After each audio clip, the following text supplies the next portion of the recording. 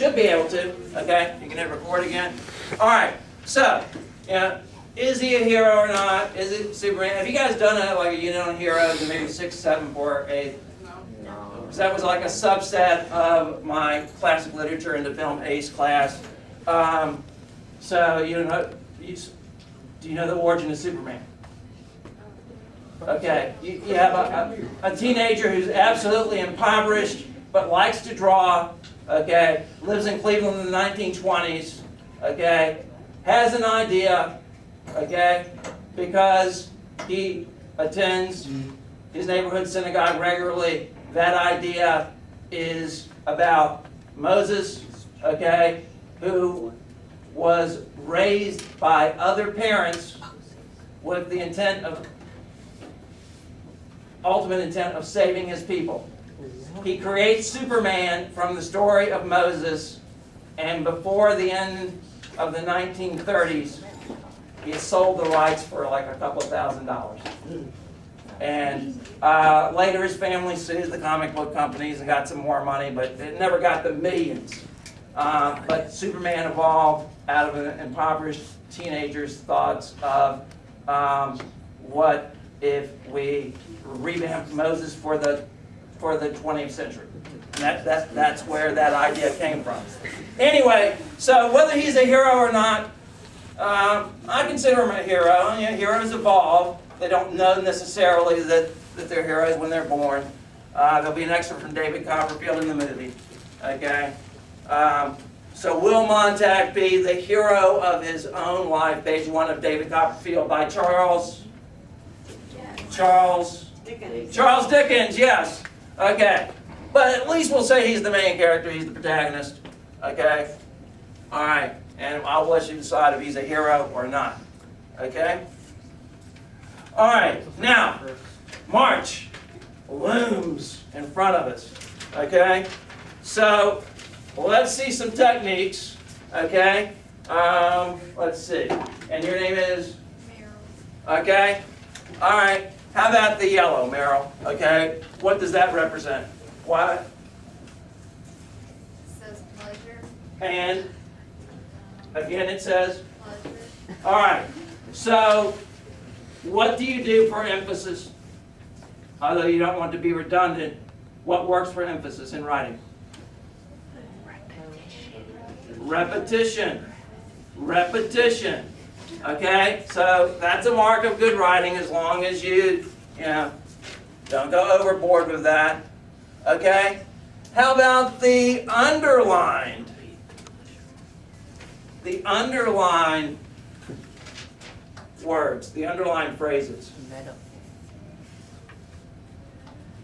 What are those? Is he really carrying a python to put out a fire? No. What is he carrying to put out a fire? Or to start a fire, excuse me. What is he carrying? To start a fire, what is he carrying? Yeah, a hose full of kerosene. So it's not a python, he's just saying it's a python. What kind of language is that? Metaphor. Yeah, metaphor, figurative language. You're going to have some figurative language somewhere, and whatever you write in March, you're going to have some figurative language. Don't just throw it in out of context, though, but it'll be evaluated. Someone will be looking for it. Okay? All right. What about the red? What writing technique is that?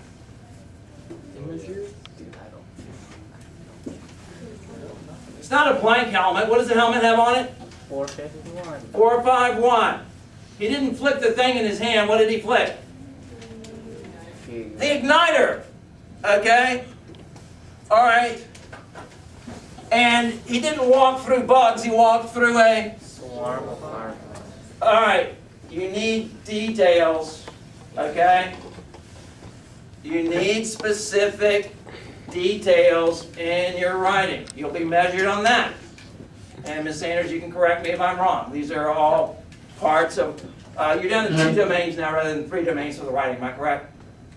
I'm not sure, I don't know. Yeah, they're down, they used to have 3 domains and now they're 2 domains for the writing, but they incorporated the 3 into 2. And, okay.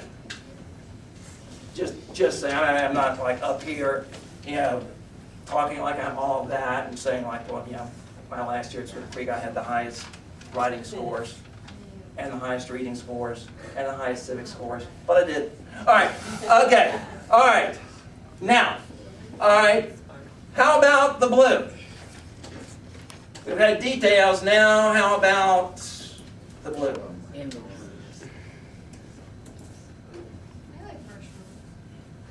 There you go.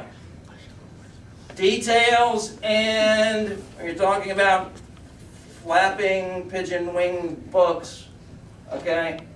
I know it's metaphor, but it's also vivid description, describing things, describing the ordinary and the extraordinary. I realize that you're using some figurative language there too, but those are all a part of good writing. You'll be measured on those. All right, next.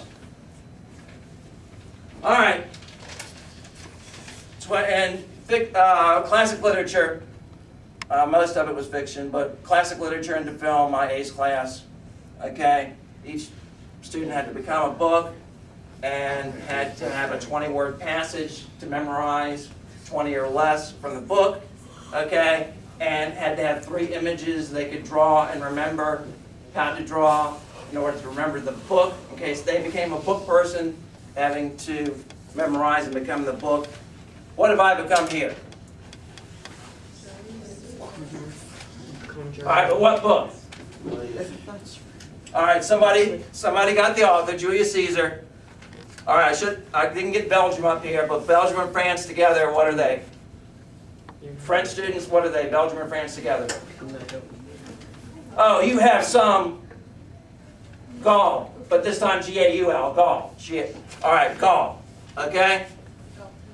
All right, has anybody ever read the Gallic Wars? Anybody take Latin? No. Nobody takes Latin? Anybody ever heard of Caesar's book, The Gallic Wars? It's an autobiography written in third person. He describes himself in third person, but it's, all right. Opening line of the Gallic Wars. Everybody knows the most famous line, I came, I saw, I conquered, right? Everybody knows that. Yeah. But the opening line of the Gallic Wars is, all of Gaul is divided into 3 parts. One of the most famous openings ever. So that's how I'm going to remember that opening. Okay. That's what the book people had to do. They had to commit those books to memory to become the books. And all right.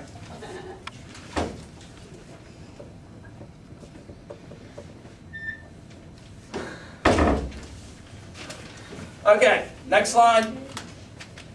All right. Besides school, okay, besides entertainment, is there value in fiction? What is it? Can somebody give me an answer? What about fiction? What's the value? So because of fiction, you don't have the limits of being too realistic. So you can express your ideas in any fashion you want. All right. So you're not as limited. You can express what actually is in people's heads. Okay? But those dark thoughts really are in people's heads. Okay? So in effect, is that not truth? If people are having those thoughts, and they can't be revealed in any other way except fiction, as he said, then there is truth about the human condition in fiction. Yes, go ahead. I was going to say that it kind of gives, even though it might not be fully true, it gives you an idea of what goes on in other people's lives and not just your own. And what you see, give you like a wider view. Yeah, even though it's not word for word history, if I said a Romeo and Juliet situation, you would know what I meant, right? Okay? So it has eternal truths about the human condition, okay? Even though, all right, it's not word for word history, okay? And we can talk about this forever, but we're running short on time as always. Next. All right. A question we face today quite often with our access to the electronic media, okay? What do you publish? All right? Let's say you're a journalist, whether it's electronic or whether it's traditional print. Less and less and less and less and less. Less newspapers every day. Okay? Is it, okay?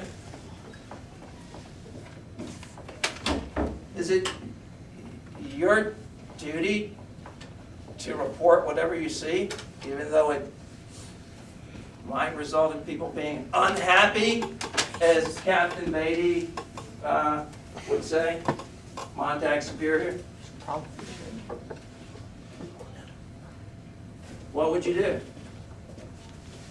Would you publish something You publish fake that news. revealed great truths? If in the short term it caused people to turn against each other and perhaps Isn't that what the Post is about? New York Post.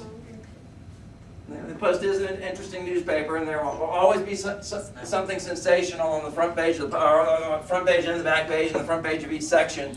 Okay? All right.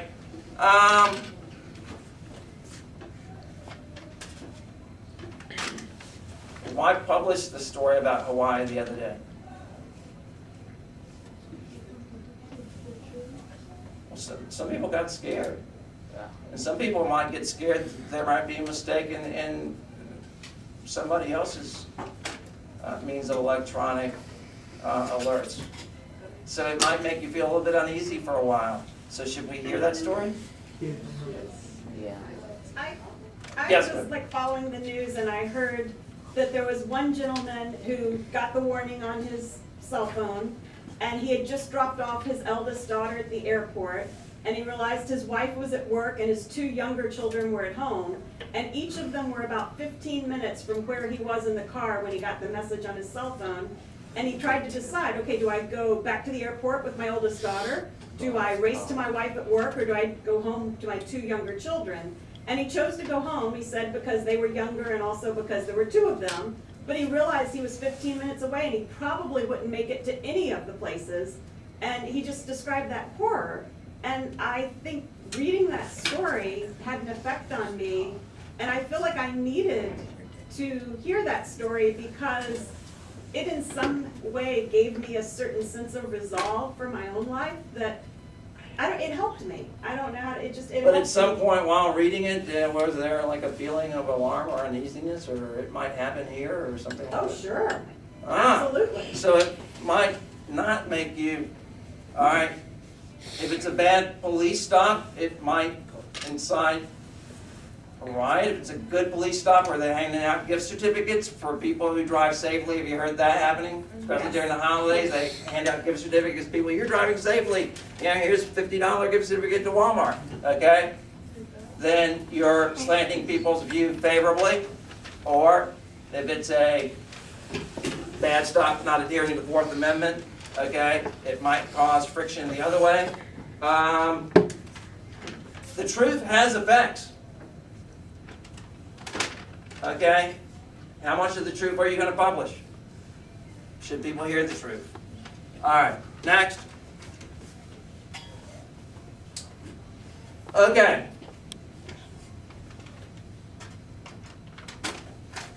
We haven't had a large nuclear attack since World War II. So, should we even be proceeding along this line of dystopian discussion to begin with? Okay? Just a bunch of illusion.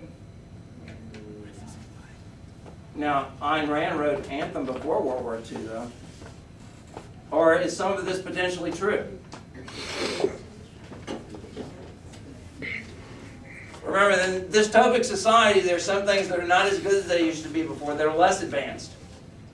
And there's some element of government control, and some element of fear, and some element of safety, what you do, what kind of new rules you follow to promote safety because you have to. Do we need it, or is it outdated? How many of you think it's needed? For something other than enjoyment? Okay? How many of you think that there will never be a futuristic situation in which a major part of the knowledge of the past is destroyed? There will never be a situation like that. Okay, so that means the majority of you lie right in the middle on that. Okay, all right. Just like my gas tank in my car, always needle right on the middle. All right, all right. Okay, we can summarize this up. Hunger Games versus Star Wars. What's better, dystopian or science fiction? What do you like better? Star Wars. How many of you like science fiction better than dystopian literature? All right. How many? Well, Bradbury did. He wrote the Martian Chronicles. He liked sci-fi better. All right. How many of you like the dystopian Hunger Games or Giver or whatever? I mean, how many of you like? Okay. All right. Something to think about. Okay. All right. Now, when you see the movie, okay, which I think the 1966 version is great. Okay. But an 11th grade teacher at a really expensive private school. Did I mention it costs a lot to go there? Anyway, I recommended it to her, and she showed it, and she didn't like it because it wasn't exactly like the book. Okay? But I think it gets across the essence of the book. Okay? Even more so than if it were word for word like the book. But you make up your own minds if they have time to see the video, okay? All right. And I think that might be it. Is that the last slide? All right. Now, do you want to talk any about these sheets, or you have stuff you have to do? You have stuff you have to talk I'd about? love to talk about the sheets. All right. All right, let's see. What do you, did you say 947, or, 947? 943. So we've got about 4 minutes. We've got about 4 minutes. Okay. We've got about 4 minutes.